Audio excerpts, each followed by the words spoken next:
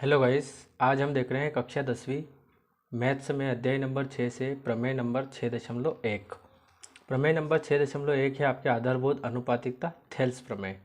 तो इसका जो कथन है वो कैसे इस प्रकार है। देखो, यदि किसी त्रिभुज की एक भुजा के समांतर अन्य दो भुजाओं को भिन्न भिन्न बिंदुओं पर प्रतिच्छेद करने के लिए एक रेखा खींची जाए तो ये अन्य दो भुजाएं एक ही अनुपात में विभाजित हो जाती है।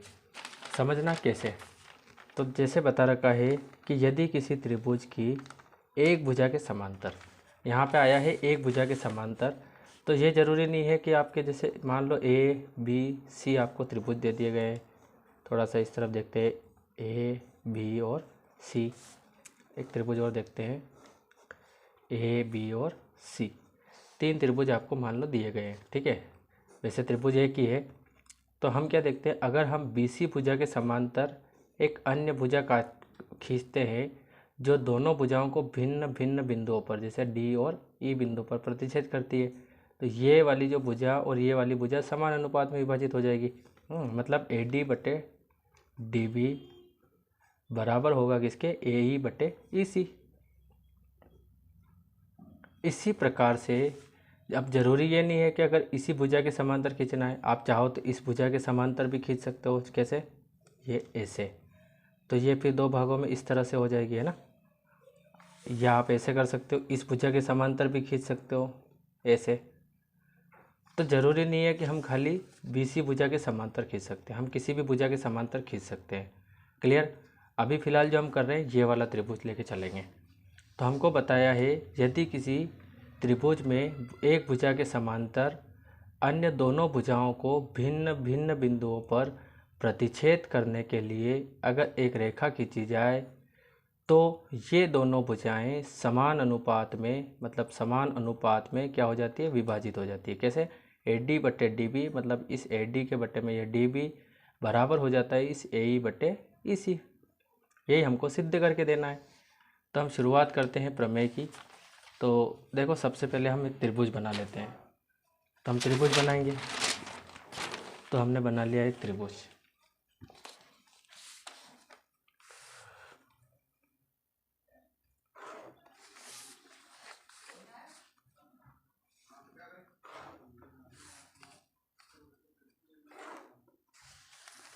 और इस त्रिभुज को हम क्या करते हैं, एक रेखा से काट देते हैं। तो इस त्रिभुज का जो नाम है ए और नीचे है आपके बी और ये आपका सी। दो बिंदु डी और ई से हमने इसको क्या कर दिया है, प्रतिच्छेद किया है, ठीक है। इसके बाद हम इसमें क्या देखते हैं, समझना।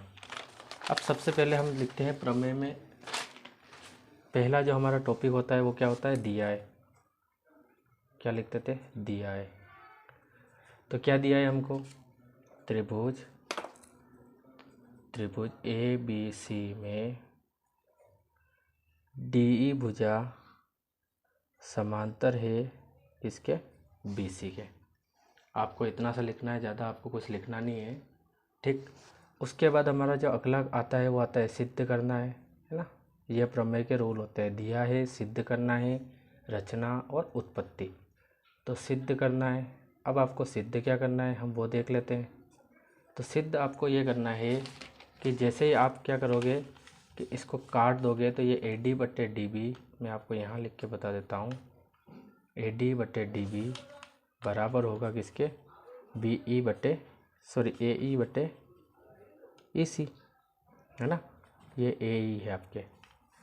तो हमको ये सिद्ध करना है, तो हम ये लिख देते हैं क्या, ए डी बटे डी बी बराबर ए ई बटे ई सी। ये वाला आपका एक ट्रायंगल है।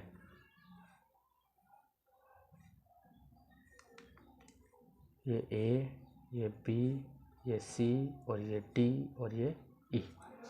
हम इसको सॉल्व करेंगे। अब हम जो तीसरा पॉइंट आता है वो आता है हमारा रचना। रचना अगर आप इसमें कुछ मन से करते हो तो आपको लिखना पड़ेगा, और अगर नहीं करते हो तो आपको नहीं लिखना पड़ेगा। इसके बाद हम आगे बढ़ते हैं, हम देखते हैं इसकी उपपत्ति।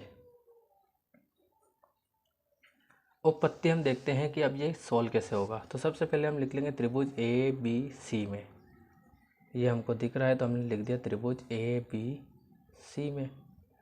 क्या समझ में आ रहा है कि ये बी सी भुजा के समांतर एक डी भुजा है, तो हम ये भी लिख देंगे कि बी सी भुजा के समांतर क्या है, डी।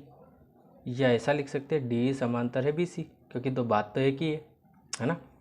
अगली कंडीशन में हम देखते हैं कि अब हमको जो सिद्ध करना है हम वो लेके चलते हैं। हमको सिद्ध करना है ए डी बटे डी बी। तो सबसे पहले ए डी की हम बात करते हैं। तो देखो, अगर हमको ए डी सिद्ध करना है तो हमको आधार चाहिएगा ए डी। सबसे पहले त्रिभुज देखते हैं, तो त्रिभुज ए डी ई हम ले सकते हैं। अगर हम त्रिभुज ए डी ई लेते हैं तो हमको आधार ये मिल जाएगा ए डी। ठीक है, तो हम यहाँ लगा देते हैं त्रिभुज ए डी ई का क्षेत्रफल। तो त्रिभुज ए डी का क्षेत्रफल, तो त्रिभुज के क्षेत्रफल का सूत्र आपको लगाना है, क्या होता है, 1/2 आधार गुणित ऊंचाई। ये लगाने के बाद आपको देखना है कि आपका जो त्रिभुज ए डी ई है इसका आधार क्या है और इसकी ऊंचाई क्या है। तो 1/2, देखो जो त्रिभुज है उसका आधार तो आपको पता चल गया ए डी है, क्योंकि ए डी ई त्रिभुज हमने लिया है, तो ए डी आपका आधार हो जाएगा, है ना। तो ये हुआ ए डी आधार।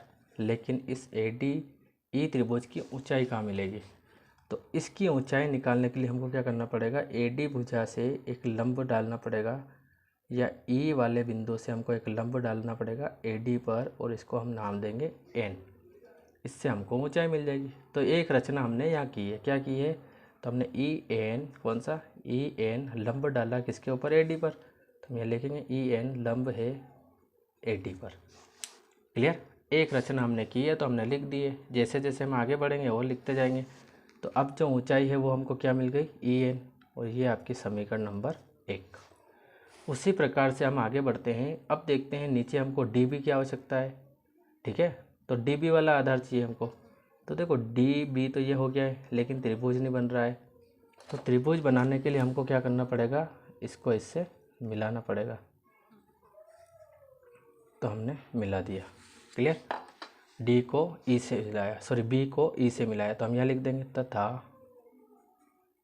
बी को ई से मिलाया, है ना।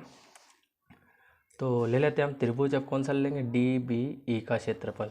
अगली कंडीशन में लिख देंगे तथा, अब देखते हैं त्रिभुज डी बी ई का क्षेत्रफल।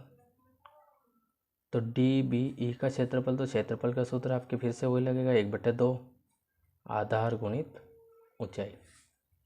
तो त्रिभुज डी बी ई का क्षेत्रफल बराबर आपके क्या हो जाएगा, 1/2 आधार गुणित ऊंचाई।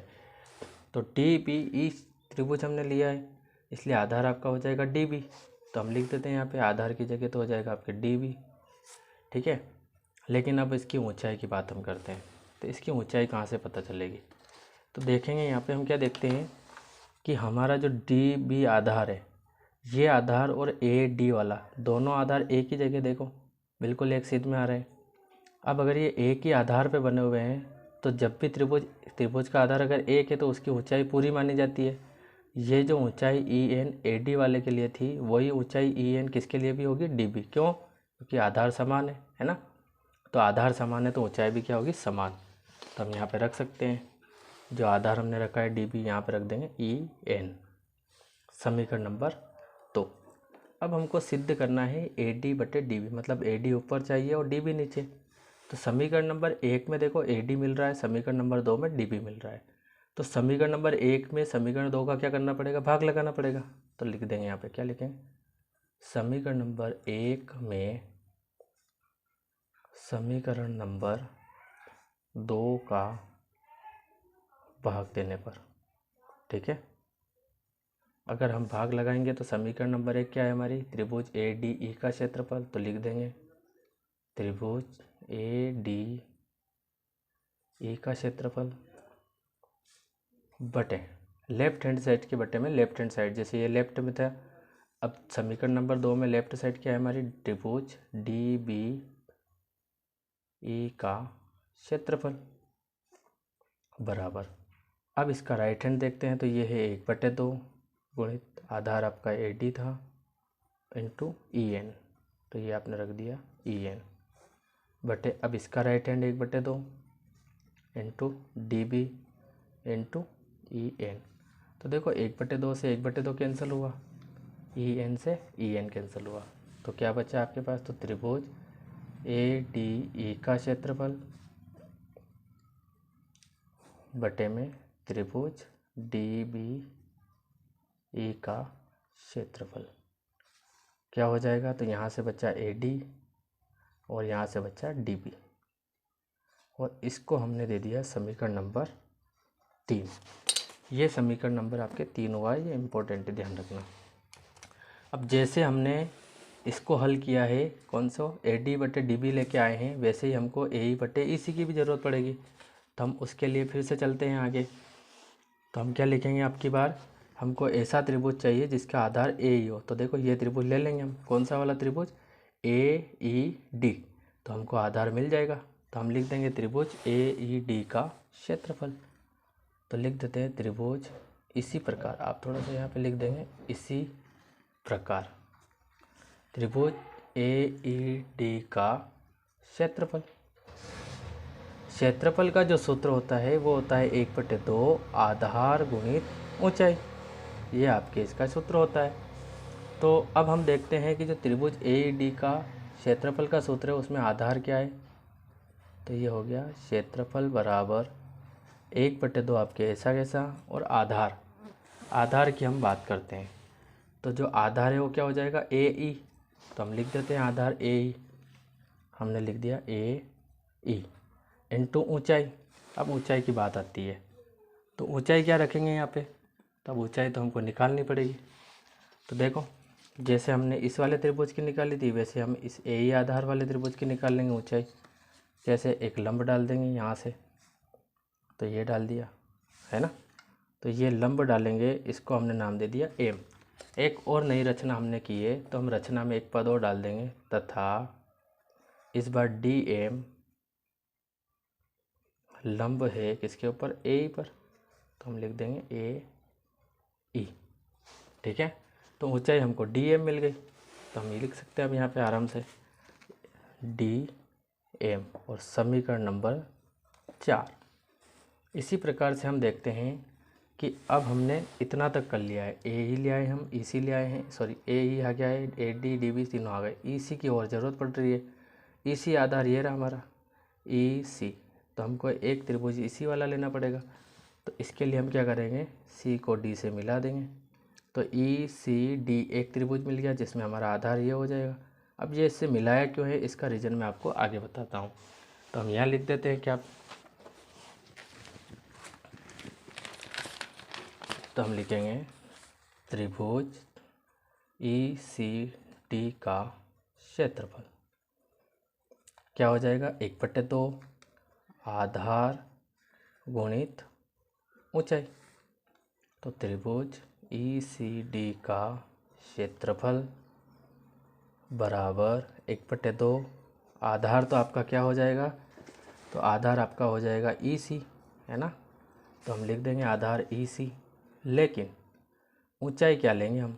तो देखो जिस प्रकार ए डी और डी बी दोनों सेम आधार पे थे, है ना, एक ही आधार पे थे, उसी प्रकार देखो ए ई और ई सी भी दोनों क्या है? एक ही आधार पे, है ना। अगर ये एक ही आधार पे तो ऊंचाई इनकी भी क्या हो जाएगी? समान। इसलिए सी को भी डी से मिलाना पड़ा था। तो रचना में हम लिख देते हैं तथा सी को डी से मिलाया। ये आपकी रचना कंप्लीट। उम्मीद करता हूँ आपको रचना भी अच्छे तरीके से समझ में आई होगी।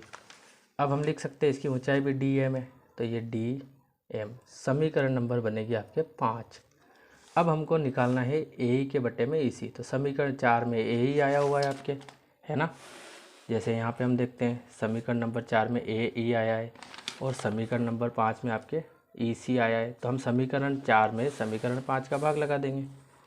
तो हम लिख देंगे समीकरण नंबर 4 में समीकरण नंबर 5 का भाग देने पर,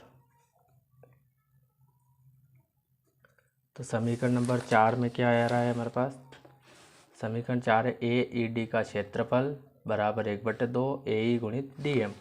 तो हम लिख देते हैं त्रिभुज AED का क्षेत्रफल,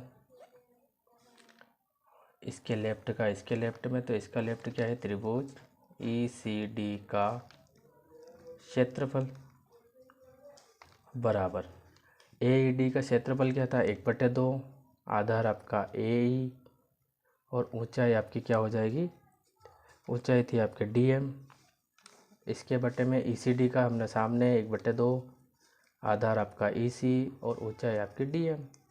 1/2 से 1/2 कैंसिल कर देंगे और DM से DM। तो क्या बचा, हम लिख लेते हैं त्रिभुज AED का क्षेत्रफल बटे त्रिभुज ECD का क्षेत्रफल क्या हो जाएगा, AE बटे EC। तो हमने लिख दिया AE बटे EC और ये हो जाएगी हमारे समीकरण नंबर 6। ये समीकरण हमारी एक और मुख्य समीकरण है। ये मैं कर रहा हूँ निशान, आपको नहीं करना है, मैं आपका ध्यान कॉन्सेंट्रेट लगाने के लिए कर रहा हूँ। अब एक चीज़ और हम क्या देखते हैं, इस त्रिभुज में देखना, इस त्रिभुज में हम देखते हैं, ध्यान से देखना कि जो त्रिभुज EBD या DBE, इसका आधार क्या है, D है ना, इसका आधार है DE। और हम देखते हैं EC और D, मतलब इसका आधार भी क्या है, D। समझ आ रही बात, दोनों का आधार समान है और दोनों जो है समांतर रेखाओं के बीच में बने हुए हैं, क्योंकि ये दोनों समांतर है। तो जब दो त्रिभुज समांतर रेखाओं के बीच में हो और आधार समान हो तो उनके क्षेत्रफल भी क्या होते हैं, बराबर। हम यहाँ पे लिख सकते हैं क्या, तो त्रिभुज DBE का क्षेत्रफल बराबर ECD का क्षेत्रफल। तो क्या लिख देंगे, त्रिभुज DBE का क्षेत्रफल बराबर त्रिभुज ECD का क्षेत्रफल। क्लियर, इसको हम देते हैं समीकरण नंबर 7। तो बस हमारी प्रमेय कंप्लीट। समीकरण नंबर जो हमने मुख्य दी थी कौन सी, समीकरण नंबर 3 AD बटे DB, समीकरण नंबर 6 AE बटे EC और समीकरण नंबर 7, तीनों की सहायता से हम क्या लिखेंगे, समीकरण नंबर 3 समीकरण नंबर 6 व 7 से क्या लिख सकते हैं, तो लिख सकते हैं AD बटे DB बराबर होता है AE बटे EC। और यही आपको सिद्ध करना था और यही आपका लिख देंगे यहाँ पे हम इति सिद्धम। और यहाँ पर आपकी प्रमेय होती है ख़त्म। आप इसको आराम से समझिए, पहले यहाँ पे देखेंगे इसको आराम से, इसका स्क्रीनशॉट ले लीजिए, इसके बाद ये, उसके बाद ये, फिर इसके बाद ये, फिर इसके बाद ये, कंप्लीट। Thank you.